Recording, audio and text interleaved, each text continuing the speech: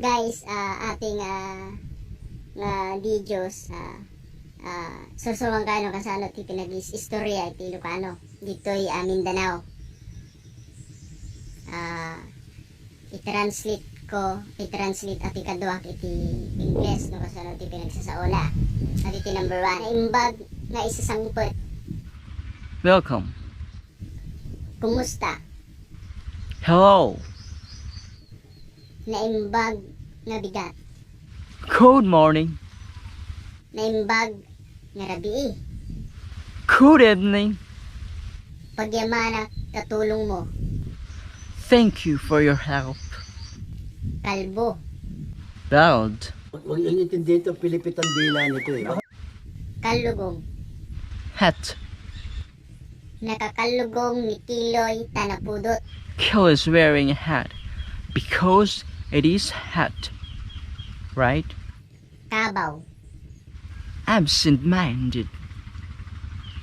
Kabaw ni Manong Mario. Manong Mario is absent-minded.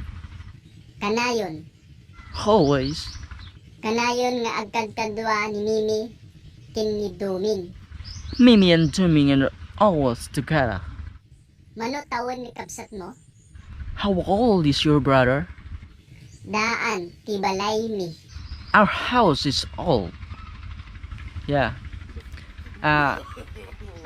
Thank you for your watching. Sana sa next video namin ay abangan lang ninyo guys. Itong kasama ko itong si Kabo na to. Sana abangan ninyo ang next video namin sa susunod guys. Support lagi sa aming video, sa aming tutorial. Talagang gusto namin na matuto kayo, lalo na sa mga English people. Matuto ng mga Ilocano words, no? Huwag kalimutang mag-subscribe, like, comment below, and click the notification bell. That's right. Bye-bye.